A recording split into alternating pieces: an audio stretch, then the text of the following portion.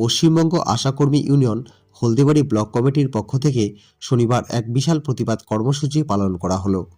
রাজ্য জুড়ে চলা আশাকর্মীদের কর্মবিরতির সমর্থনে এদিন হলদিবাড়ি ব্লকের উত্তরবড় হলদিবাড়ি গ্রাম পঞ্চায়েত কার্যালয়ের সামনে হলদিবাড়ি জলপাইগুড়ি রাজ্য সড়ক অবরোধ করে বিক্ষোভ দেখালেন আশাকর্মীরা।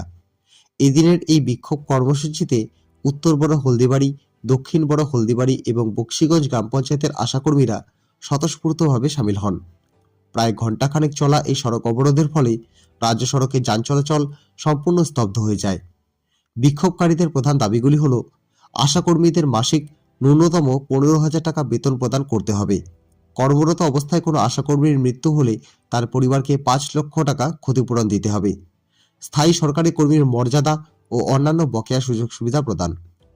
আন্দোলনকারী নেতৃত্বের পক্ষ থেকে জানানো হয়েছে, দীর্ঘকাল ধরে তারা সরকারি স্বাস্থ্য পরিষেবার মেরুদণ্ড হয়ে কাজ করলেও তাদের প্রাপ্য সম্মান ও পারিশ্রমিক থেকে বঞ্চিত করা হচ্ছে।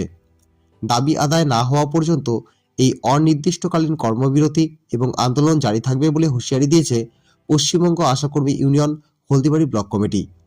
তবে আশাকর্মীরা স্পষ্ট জানিয়ে দিয়েছেন, সরকার যতক্ষণ না লিখিত প্রতিশ্রুতি দিচ্ছে, আন্দোলনের ঝাঁজ কমার বদলে আরও বাড়বে।